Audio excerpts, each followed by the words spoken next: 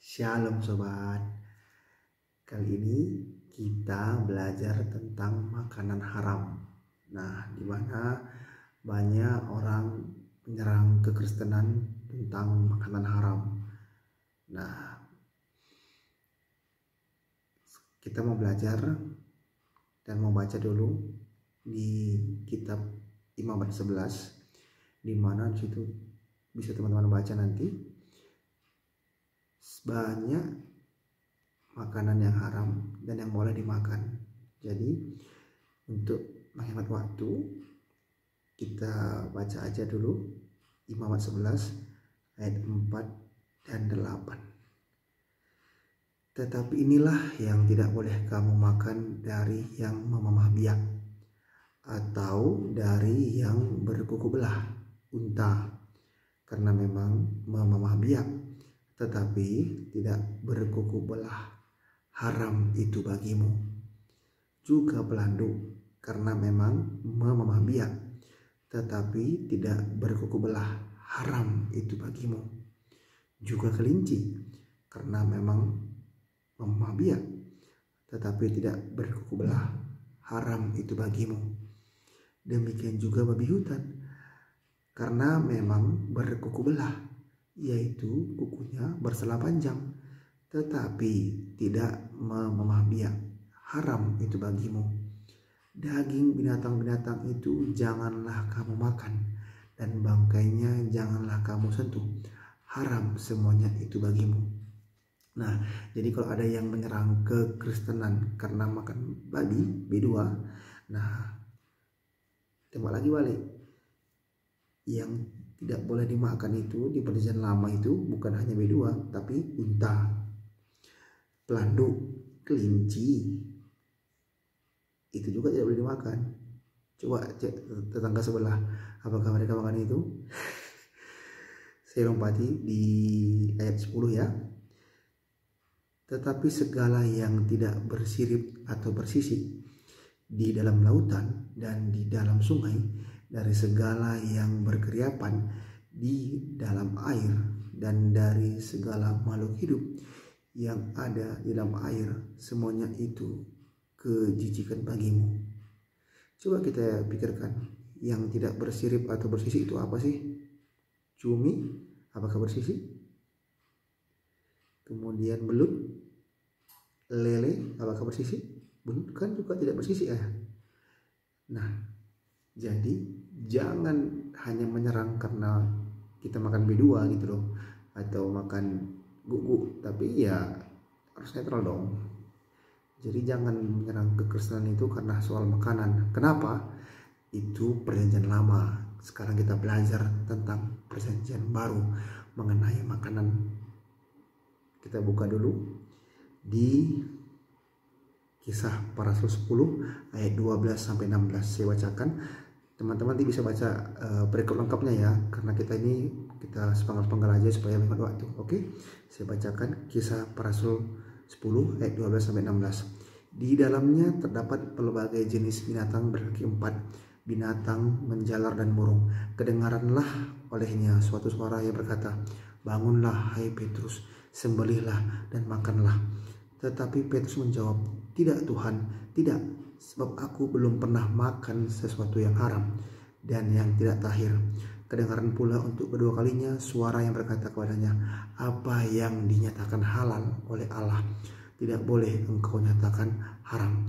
Hal ini terjadi sampai 3 kali, dan segera sesudah itu terangkatlah benda itu ke langit. Bayangkan, apa yang dinyatakan halal oleh Allah tidak boleh engkau nyatakan haram. Berbeda dengan kitab Imamat. Kenapa?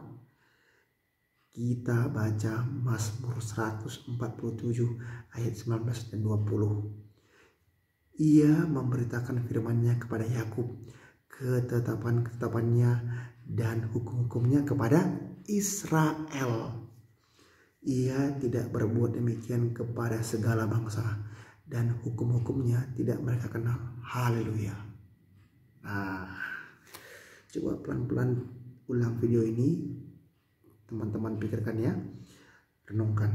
Nah, saya baca Tadi tentang Rasul Petrus, sekarang kita baca di kitab Roma 14 ayat 17 mengenai tentang makanan dan minuman. Apa itu? Kita baca ya. Roma 14 ayat 17. Sebab kerajaan Allah bukanlah soal makanan dan minuman, tetapi soal kebenaran, damai sejahtera, dan sukacita oleh Roh Kudus. Berarti apa? Kerajaan Allah bukan soal makanan dan minuman. Oke. Itu di kitab Roma. Kita baca lagi Kolose 2 ayat 16 sampai 17. Karena itu janganlah kamu biarkan orang menghukum kamu mengenai makanan dan minuman, atau mengenai hari raya, bulan baru, ataupun hari Sabat. Semuanya ini hanyalah bayangan dari apa yang harus datang, sedang wujudnya ialah Kristus.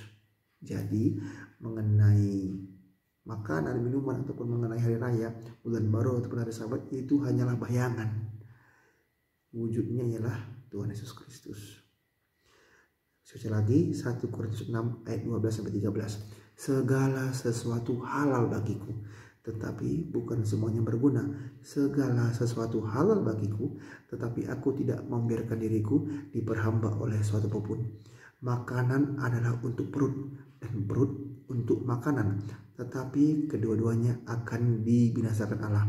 Tetapi tubuh bukanlah untuk percabulan, melainkan untuk Tuhan, dan Tuhan untuk tubuh. Segala sesuatu halal, tapi kita tidak boleh berhamba. Walaupun B2 itu enak, jangan diberhamba oleh B2. Makanan enak itu maksudnya, kan gitu kan. Makanan itu ya untuk perut, perut untuk makanan, tetapi kedua-duanya akan dibinasakan Allah.